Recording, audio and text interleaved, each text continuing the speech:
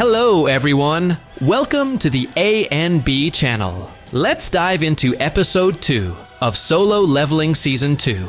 The episode begins with Jin-Woo standing victorious over the Death Bears, showcasing his immense power as a necromancer. With a simple command to rise, shadow bears emerge from the corpses, seamlessly joining Jin-Woo's ever-growing shadow army. Outside the portal, Sung explains that the strike force has been trapped inside for 3 hours, which translates to about 3 days in the portal's distorted time. Since red gates are notoriously dangerous, Dong-soo concludes that Jin-Woo must already be dead and begins preparing to leave. However, he suddenly halts his departure, demanding to know why Jin-Woo was associating with the White Tiger Guild in the first place. Sung casually responds that Jin-Woo is merely an acquaintance who wanted to observe a C-rank mission.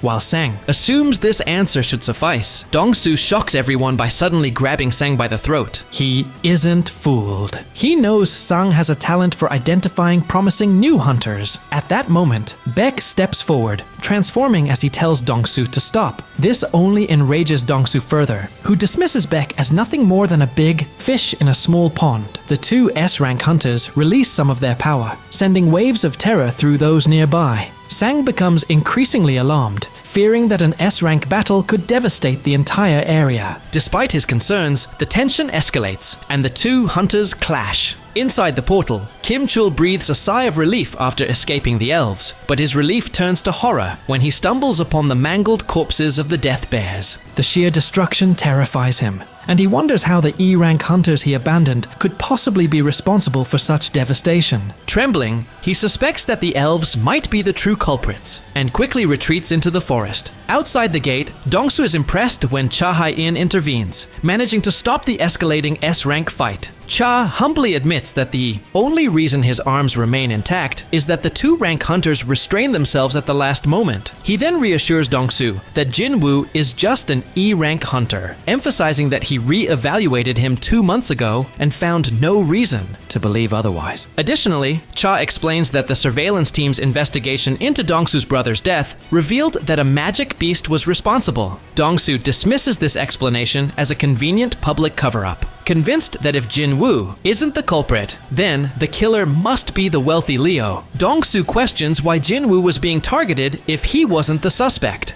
Dong-soo coldly replies that it's just an excuse to kill. However, before the conversation can continue, he is called away, muttering that Jin-Woo is lucky. As Dong-soo leaves, Sung watches him and reflects on how no one truly grasps the depth of Jin-Woo's power the way he does, confident that Jin-Woo will survive the Red Gate. Inside the gate, Jin-Woo's group sits around a fire, trying to stay warm. Their moment of peace is shattered when Kim Chul storms in, furious to see these weaklings alive and thriving. Dressed in weather gear and surrounded by blankets and food, they appear to be in much better condition than his own group. Enraged, Kim Chul accuses them of hoarding supplies, claiming his team died due to a lack of proper equipment. Blinded by anger, he demands to know who was hiding the gear and blames Park, suspecting she joined the weaker group because she knew the truth. He then issues an ultimatum, counting down from 3 and threatening to eliminate them all if the culprit doesn't confess. When no one speaks up, he screams Jin-Woo's name, assuming he is responsible, and prepares to attack. However, before Kim Chul can act, Jin-Woo suddenly appears and effortlessly overpowers him.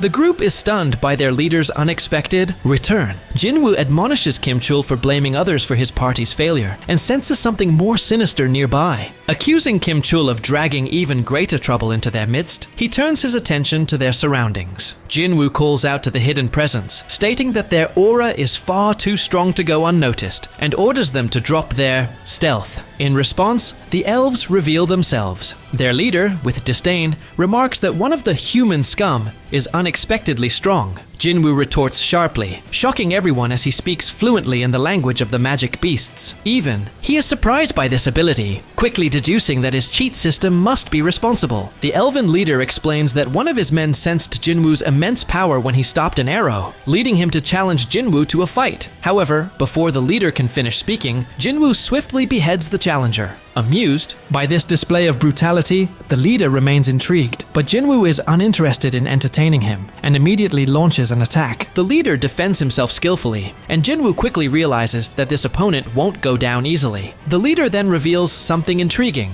Elves are driven by a voice in their minds commanding them to kill humans, but strangely, they don't hear it when it comes to Jin-Woo. This revelation makes Jin-Woo suspicious, wondering if the elves' silence toward him is connected to his system directives. The leader speculates that Jin-Woo might not be entirely human and encourages him to sensibly hand over the other humans. Jin-Woo demands to know why the elves are targeting humans, but before the leader can answer, something bizarre occurs. His body glitches, and he repeats himself as if stuck in a loop, refusing to comply. Jin-Woo prepares for battle. The leader warns that defiance would make him their enemy and reminds him that they vastly outnumber him. However, Jin-Woo is undeterred and questions why the leader is so confident. With that, Jin-Woo summons his shadow army, leaving the others in disbelief, wondering how such a thing is even possible. The elven leader dismisses Jin-Woo's forces as insignificant, but Jin-Woo ignores him and presses forward. The battle begins, and the elves prove to be formidable opponents. While Jin-Woo's shadow army is technically immortal, regenerating his troops costs magic power. Though Jin-Woo possesses a considerable reserve, it isn't infinite, and he realizes it could eventually run out. Even worse, he concludes that the elven leader, Baran, is undeniably stronger than him. As the intense battle rages on, Jin-Woo's strategic thinking allows him to gain the upper hand. He successfully defeats Baran, adding another powerful shadow soldier to his army. Emerging from the portal, Jin-Woo stands victorious and unscathed, proving Sang's confidence in him was well placed. The stunned onlookers struggle to comprehend how an E-rank hunter could return alive from such a perilous mission.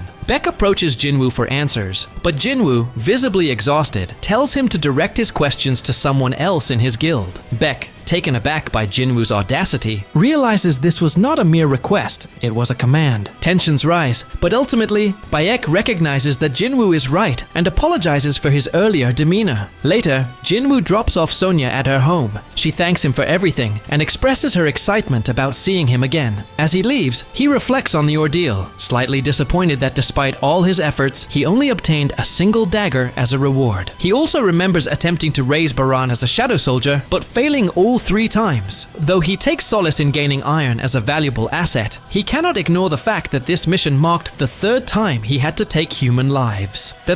Next day, Jin-Woo meets Leo, who is shocked by Jin-Woo's casual demeanor with Sonya. Misinterpreting their interaction, Leo grows suspicious and reminds Jin-Woo that Sonya is underage. Jin-Woo, oblivious to Leo's misunderstanding, brushes it off, unintentionally fueling Leo's concern.